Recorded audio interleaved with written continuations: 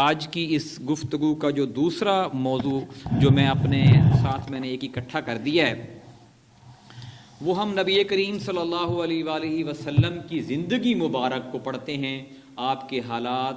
آپ کے نبوت سے پہلے کیا حالات تھے اور نبوت کے بعد جو تھے وہ آپ کے کیا حالات مطلب تھے اور آپ کے جو آپ کے ظاہر بحیثیت نبی اور بحیثیت جو اس علاقے کے حوالے سے آپ کے کیا حالات تھے. بنیادی طور پر جو نبی کریم صلی اللہ علیہ وآلہ وسلم کی سیرت ہے وہ اس پیغام کا عملی نمونہ ہے جو پیغام اللہ نے تمام انسانوں کے لیے بھیجا ہے، یعنی قرآن. اس قرآن کا عملی نمونہ جو پریکٹیکل ہوتا ہے، جیسے ہم کوئی آپریشن کرتے ہیں نا تو سب سے پہلے ہم کتاب میں پڑھتے ہیں، وہ کتاب ہمیں بتاتی ہے کہ آپ نے نا اس کا فلاں آپریشن ایسے کرنا ہے. پھر ہمارا ایک سینئر ہوتا ہے جو یہ آپریشن کئی بار کر چکا ہوتا ہے، وہ ایکسپرٹ ہوتا ہے، پھر وہ ہمیں دکھاتا ہے. ہم جب ڈاکٹروں کی ہاؤس جاب ہوتی ہے کہ آپ نے یہ آپریشن ایسے کرنا ہے، وہ پھر پہلے آپ مشاہدہ کرو کہ آپ نے ایسے کرنا ہے. پھر جب ہم اسی شعبے کی اسپیشلائزیشن میں جاتے ہیں پھر وہ ہمارے ہاتھ سے وہ آپریشن بار بار کرواتے ہیں. تو بیسیکلی وہ اس آپریشن میں ہمارے لیے جو سینئر ہوتا ہے وہ ایک نمونہ ہوتا ہے. آپ نے اور میں نے مسلمان کیسے بننا ہے یہ کتاب ہمیں لکھی ہوئی ملی ہے، نبی کریم صلی اللہ علیہ وآلہ وسلم کے توسط سے اللہ کی طرف سے ہمارے تک پہنچی ہے. اس کتاب پر عمل ہمارے پیارے نبی نے کیسے کیا یہ آپ کی سیرت ہے، اور آپ کی سیرت دراصل یہ اسی کتاب کا عملی نمونہ ہے. اور یہ آپ کی سیرت ہمیں بتاتی ہے کہ آپ نے کیسے انسان کو تاریکیوں سے نکال کر روشنی کی طرف ڈالا، بندوں کو بندوں کی بندگی سے نکال کر اللہ تعالیٰ کی بندگی میں داخل کیا. اور اس کتاب میں ہمیں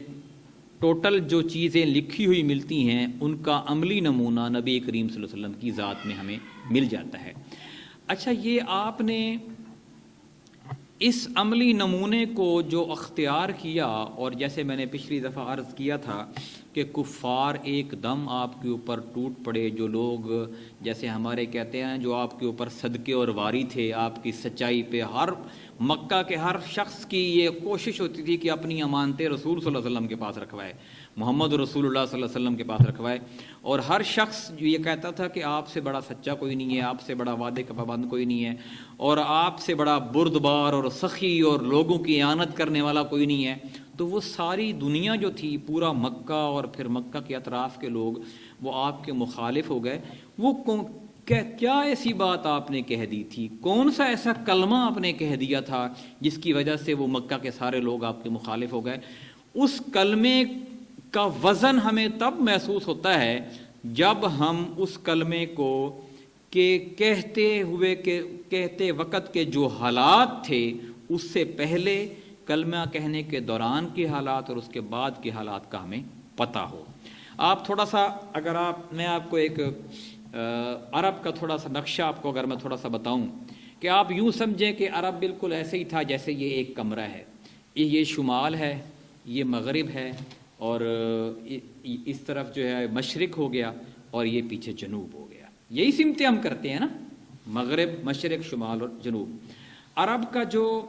اس کو حجاز اس کا پرانا نام تھا، اور عرب اس کو اس لیے کہتے تھے کہ اگر کوئی بہت بڑی جگہ جہاں پہ ریت ہی ریت ہو اور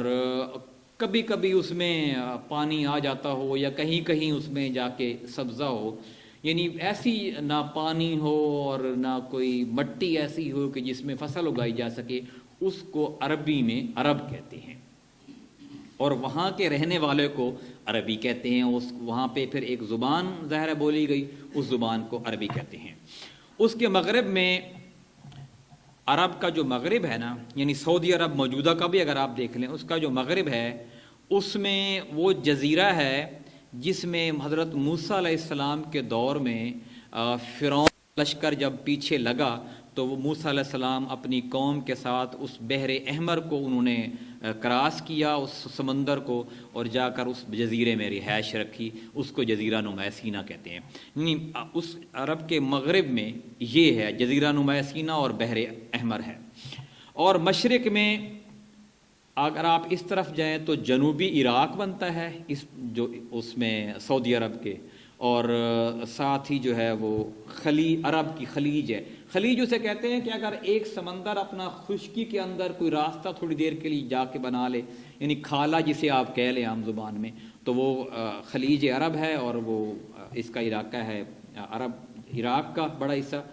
اور جنوب میں جو ہے وہ بحیرہ عرب ہے جو اب بحر ہند کہلاتا ہے، یعنی پیچھے اس کے اگر ہم اس میں جائزہ لیں۔ اور شمال میں جو ہے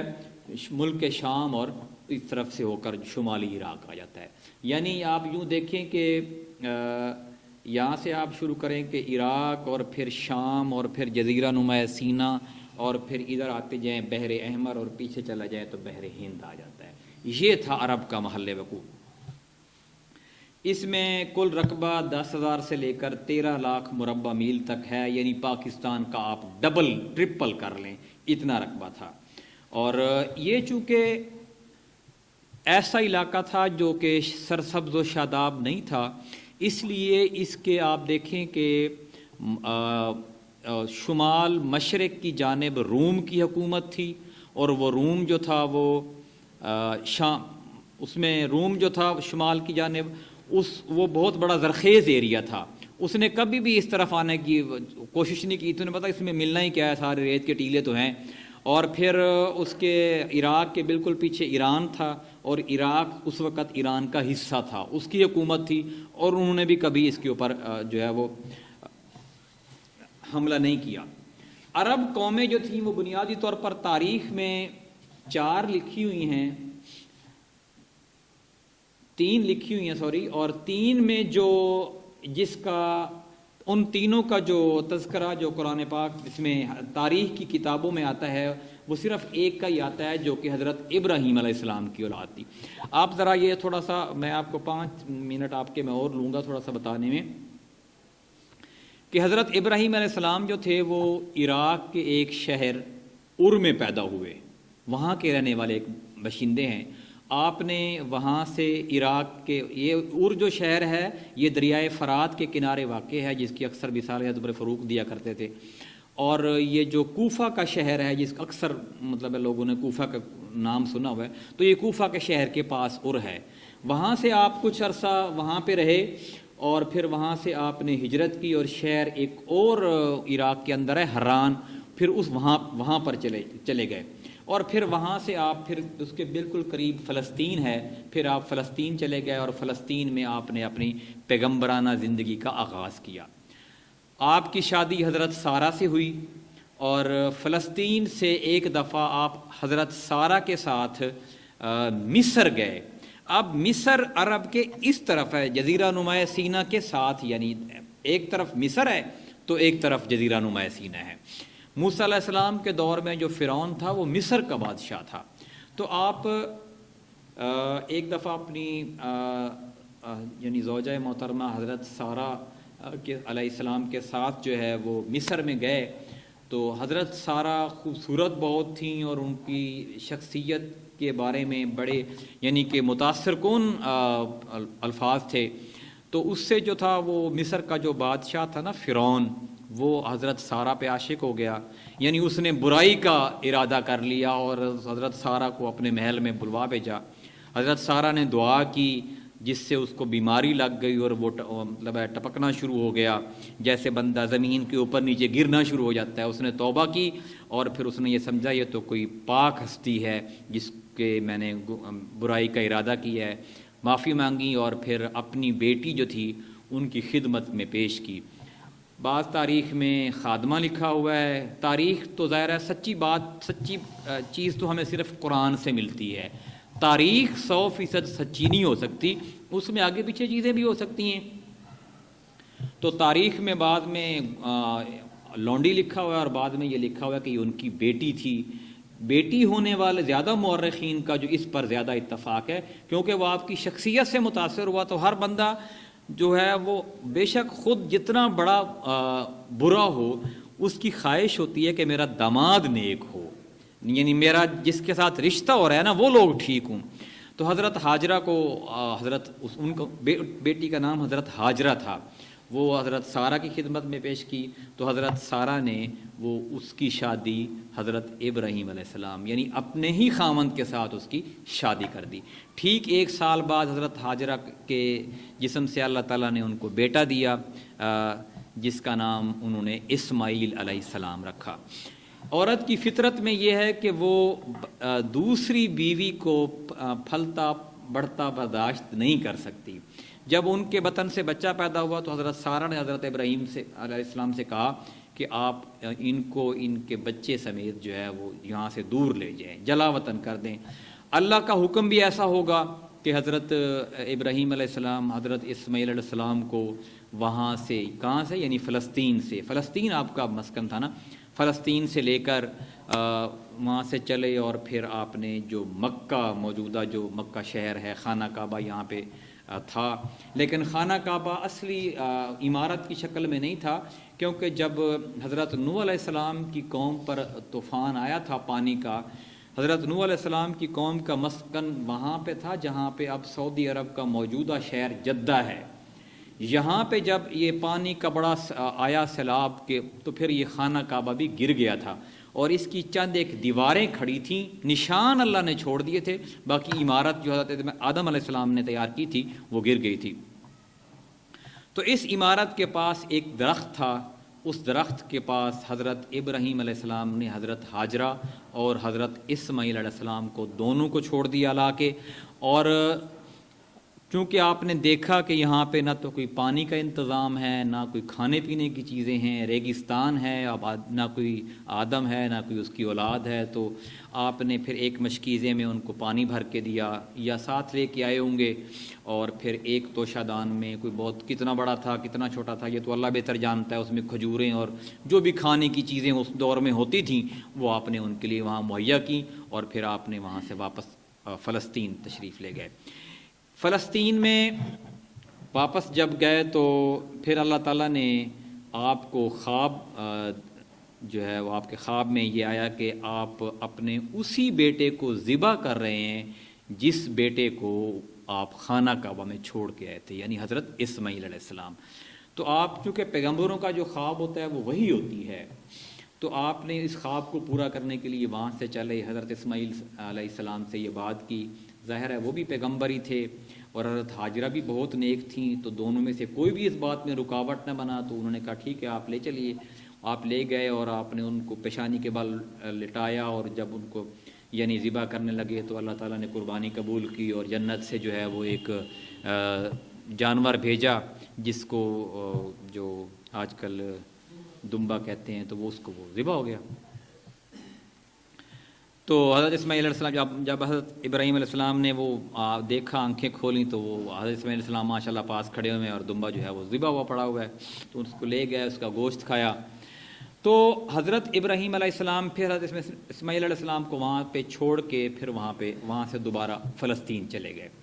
آپ نے تقریباً 264 سال عمر پائی ہے، اور حضرت اسماعیل علیہ السلام جہاں پہ رکے ہوئے تھے، حضرت ہاجرہ بھی علیہ السلام، وہاں پہ ایک قافلے کا گزر ہوا، اس قافلے کا گزر وہاں سے پہلے بھی ہوتا تھا۔ جب انہوں نے دیکھا کہ ایک خاتون ہے اور اس کا ایک لڑکا ہے تو وہ یہاں پہ موجود ہیں، اور تب آب زمزم بھی نکل چکا تھا، اور تب تو ایک رونق بن چکی تھی، تو انہوں نے اجازت چاہی کہ اگر آپ اجازت دیں تو ہم اس مکہ کے پاس جو ہے نا وہ اپنی رہائش رکھ لیں، تو انہوں نے اجازت دے دی۔ پھر حضرت اسماعیل علیہ السلام نے پھر اسی قبیلے کی ایک لڑکی کے ساتھ شادی کی۔ حضرت ابراہیم علیہ السلام نے دوبارہ پھر چکر لگایا، بخاری میں 3 دفعہ ہے، حضرت امام بخاری نے جو لکھا ہے، اور ویسے 4 دفعہ تقریباً مورخین لکھتے ہیں کہ حضرت ابراہیم علیہ السلام چکر لگاتے رہے۔ دوبارہ جب چکر لگایا تو دیکھا کہ وہ اس وقت حضرت ہاجرہ کا انتقال ہو گیا ہوا تھا، اور حضرت اسماعیل علیہ السلام اس جگہ گھر میں موجود نہیں تھے، لیکن اس ایک خاتون تھیں، تو پتہ چلا کہ یہ ان کی بیوی ہیں۔ تو ان سے جب بات کی تو انہوں نے کہا کہ تو وہ ان کی جو بہو تھی نا، تو اس نے کہنا شروع کر دیا کہ گھر میں یہ مسئلہ ہے، یہ مسئلہ ہے، حالات ٹھیک کر دیا۔ تو حضرت ابراہیم علیہ السلام نے اپنی بہو سے کہا کہ جب اسماعیل واپس آئے نا تو انہیں کہنا کہ اپنے گھر کی چوکھٹ تبدیل کر لیں۔ تو جب حضرت اسماعیل علیہ السلام واپس آئے تو انہوں نے کہا کہ آپ کے والد آئے تھے اور انہوں نے یہ پیغام آپ کے لیے چھوڑا ہے۔ تو حضرت اسماعیل علیہ السلام اس بات کا مطلب سمجھ گئے تھے، پیغمبر تھے، تو انہوں نے اپنی بیوی کو طلاق دے دی، اور پھر وہ جو قبیلہ جو وہاں پہ آباد تھا، اب یہ تاریخ میں تو ان چند واقعات کو لکھا جاتا ہے جو چیدہ چیدہ ہوتے ہیں، ان کے پیچھے کیا کیا چیزیں ہوتی ہیں وہ تاریخ ساری تو پہنچتی نہیں ہے۔ تو وہاں پہ وہ حضرت اسماعیل علیہ السلام نے پھر وہ جو قبیلہ وہاں پہ رکا ہوا تھا، جرہم اس قبیلے کا نام تھا، جرہم ثانی، تو اس کے جو سردار تھا اس کی بیٹی سے دوسری شادی کر لی، پھر آپ کے 12 بیٹے اس میں سے پیدا ہوئے، پھر وہ آگے چل کر 12 قبیلے بنے، ان میں سے 2 جو تھے وہ وہاں مکہ میں ہی رہ گئے، اور اس نسل سے نبی کریم صلی اللہ علیہ وآلہ وسلم پیدا ہوئے۔ 20ویں پشت میں، یعنی حضرت ابراہیم علیہ السلام اور نبی کریم صلی اللہ علیہ وسلم کے درمیان 20 نسلیں ہیں، اور آپ نے وہ 20 نسلوں کا جو شجرہ ہے وہ باقاعدہ لکھوایا کہ حضرت ابراہیم سے پھر اسماعیل، اور حضرت اسماعیل سے پھر ان کے بچے، پھر ان کے بچے، پھر ان کے بچے، پھر اس کے بعد نبی کریم صلی اللہ علیہ وسلم۔ تو اب جب دوبارہ پھر چکر لگا حضرت اسماعیل علیہ السلام کا تو دیکھا کہ بہو تبدیل ہو چکی ہیں اور ان کے بچے بھی ہیں، تو تب بھی ملاقات آپ کی اپنے بیٹے سے نہ ہوئی۔ تو پھر آپ نے کہا کہ آپ اسماعیل جب آئے تو انہیں کہنا کہ اپنے گھر کی چوکھٹ کو برقرار رکھے، یعنی اس عورت نے تعریف کی اور اللہ کا شکر ادا کیا۔ تو یہ چیزیں بھی ہمیں بہت بڑا سبق دیتی ہیں کہ اللہ کے پیارے جو ہوتے ہیں، جن پر اللہ تعالیٰ نے دنیا میں ہی ان کو جنت کا اعلان مطلب دے دیا ہوتا ہے، ان کی بھی ناشکری اللہ پسند نہیں کرتا تھوڑی دیر کے لیے بھی۔ تو ایک انسان جس کو اتنا زیادہ نوازا ہو اور اس نے کوئی کام بھی کوئی خاص نہ کیا ہو قابل قدر، مثلا ہم جتنے یہاں پہ ہیں، ہم میں سے ویسے تو حالات تو اللہ جانتا ہے، ہو سکتا ہے کسی کی بہت بڑی قربانی ہو اسلام کے لیے، لیکن بظاہر ہمیں نظر نہیں آتا کہ ہم میں سے کسی نے کوئی اسلام کے لیے گھر اجاڑا ہو، اسلام کے لیے اپنی زمینیں دے دی ہوں، اور اسلام کے لیے اپنی اولاد قربان کر دی ہو، بیوی بچے چھوڑ دی ہوں، یا کوئی بھی قربانی بظاہر ہمیں نظر نہیں آتی۔ ہو سکتا ہے کسی ہم میں سے کسی ایک نے کی ہو ایسی، تو اپنے پیارے بھی اگر وہ مطلب ہے کہ اللہ تعالیٰ کے دیکھیں کتنی قربانی، اس لیے آپ دیکھیں قرآن پڑھیں نا، اللہ تعالیٰ نے حضرت ابراہیم علیہ السلام کی بڑی تعریف کی ہے۔ آپ قرآن پڑھیں، اللہ تعالیٰ فرماتے ہیں کہ ہم نے اپنے بندے ابراہیم کو جب جب آزمایا وہ ہماری آزمائش پر پورا اترا۔ یہ دیکھیں نا، یہ کتنی بڑی بات ہے کہ ایک خالق اپنی مخلوق کی۔ پھر یہ بات یہاں تک تو نہیں رکی نا، پھر آپ دیکھیں ہم امتی جو ہیں وہ نبی کریم صلی اللہ علیہ وسلم کے ہیں، اور قربانی کی سنت کس کی ہے؟ حضرت ابراہیم علیہ السلام کی ہے۔ امتی ہم حضور صلی اللہ علیہ وسلم کے ہیں، اور حج سنت کس کی ہے؟ حضرت ابراہیم علیہ السلام کی ہے، کیونکہ انہوں نے پھر آخری چکر میں جب دوبارہ آئے، وہ شاید ان کا آخری چکر تھا، یا اللہ بہتر جانتا ہے کوئی اور بھی ہو، تب حضرت اسماعیل علیہ السلام اسی درخت کے نیچے بیٹھ کے تیر گھڑ رہے تھے، تیر بنا رہے تھے۔ ظاہر اس وقت دور تھا شکار کرنا، جانور پکڑ کے لانا۔ تو آپ نے پھر دیکھا کہ میرا بیٹا ہے، پھر آپ دیکھیں کہ اتنے سالوں کے بعد جب ایک باپ اپنے بیٹے سے ملتا ہے اور کیا محبت ہوتی ہے، کیا وہ مناظر ہوتے ہیں، پھر دونوں ایک دوسرے کی طرف لپکے اور ایک دوسرے کے بغل گیر ہوئے، پھر روئے، پھر ہنسے، پھر ایک دوسرے سے اپنی ساری زندگی کے واقعات شیئر کیے، پھر دونوں نے مل کر خانہ کعبہ کی تعمیر کی۔ یہ جو موجودہ خانہ کعبہ ہے، اس کی پھر حضرت آدم علیہ السلام کے بعد جو پھر پہلی تعمیر ہوئی وہ حضرت ابراہیم علیہ السلام اور حضرت اسماعیل علیہ السلام نے کی۔ حضرت اسماعیل علیہ السلام کو وہاں چھوڑا، جو صحیفے حضرت ابراہیم علیہ السلام پر نازل ہوئے تھے وہ صحیفے ان کو دیے کہ اس کے مطابق آپ نے عرب کے اندر اللہ کے دین کی تبلیغ کرنی ہے، اور خود پوری دنیا میں پھیل گئے اور پوری دنیا میں یہ صدا لگائی کہ اللہ کے گھر کا جو حج ہے وہ سب کے اوپر اب فرض ہے، اور سارے لوگ اللہ کا گھر جو بھی ایمان رکھتے ہیں وہ حج ادا کریں۔ تو پوری دنیا سے پھر اسی سال میں پھر حج ہوا، اور پھر پوری دنیا میں جہاں فلسطین میں آپ تھے اللہ کے پیغمبر، اور اس کے ساتھ عراق میں آپ کے بھتیجے حضرت لوط علیہ السلام تھے اللہ کے پیغمبر، پھر انہی دنوں میں حضرت اسماعیل علیہ السلام کی پیدائش کے 13 سال بعد آپ کی جو پہلی بیوی حضرت ہاجرہ تھیں جو کہ فلسطین کے اندر تھیں، ان سے بھی اللہ تعالیٰ نے ایک بیٹا آپ کو دیا جس کا نام حضرت اسحاق علیہ السلام ہے۔ پھر وہاں سے انہوں نے اپنی نبوت کا آغاز کیا، پھر ان کا بیٹا حضرت یعقوب علیہ السلام، پھر حضرت یوسف علیہ السلام، پھر یہ نسل یعنی وہاں سے چلی۔ لیکن اسماعیل علیہ السلام کی نسل سے صرف نبی کریم صلی اللہ علیہ وسلم جو ہے وہ پیدا ہوئے۔ تو آپ نے پھر یہ صدا لگائی اور پھر یہ حج جو ہے وہ شروع ہو گیا۔ تو اس طریقے سے اس وقت سے یعنی 2000 آپ صلی اللہ علیہ وآلہ وسلم کی نبوت سے تقریباً 2000 سال پہلے سے حج جو ہے وہ امت پر فرض ہوا اور امت مسلمانوں نے حج کرنا شروع کیا، اور تب سے حج کرتے آ رہے ہیں۔ حج کا جو پہلا طریقہ ابراہیم علیہ السلام اور اسماعیل علیہ السلام کے دور میں تھا وہ وہی تھا جو آج ہے، جو آج کیا جاتا ہے، یعنی خرافات سے پاک تھا۔ جب حضرت اسماعیل علیہ السلام کا انتقال ہو گیا تو آپ کی عمر تقریباً 137 سال بتائی جاتی ہے، تو آپ کا بیٹا جو تھا وہ آپ کا جانشین بنا۔ حضرت اسماعیل علیہ السلام اس مکہ کے متولی بھی تھے، ظاہر ہے خانہ کعبہ کے محافظ بھی تھے، نگہبان بھی تھے، اس مسجد کے امام بھی تھے، لیڈر بھی تھے۔ تو آپ کی رحلت کے بعد پھر آپ کا بیٹا بنا، اور پھر اس کے بعد پھر ان کا بیٹا، پھر اس طریقے سے آہستہ آہستہ پھر حج کے اندر خرافات آنا شروع ہو گئیں۔ پھر حج وہ اصلی حج نہ رہا جو کہ پہلے تھا۔ یہاں تک میرا خیال ہے ہسٹری کو ہم یہاں تک ختم کرتے ہیں، اور مزید انشاءاللہ اگلے پروگرام میں ہم یہیں سے شروع کریں گے کہ حج کے اندر پھر خرافات کن لوگوں نے داخل کیں، پھر بت پرستی کا آغاز کب سے ہوا، پھر کیسے جب نبی کریم صلی اللہ علیہ وآلہ وسلم نے نبوت کا آغاز کیا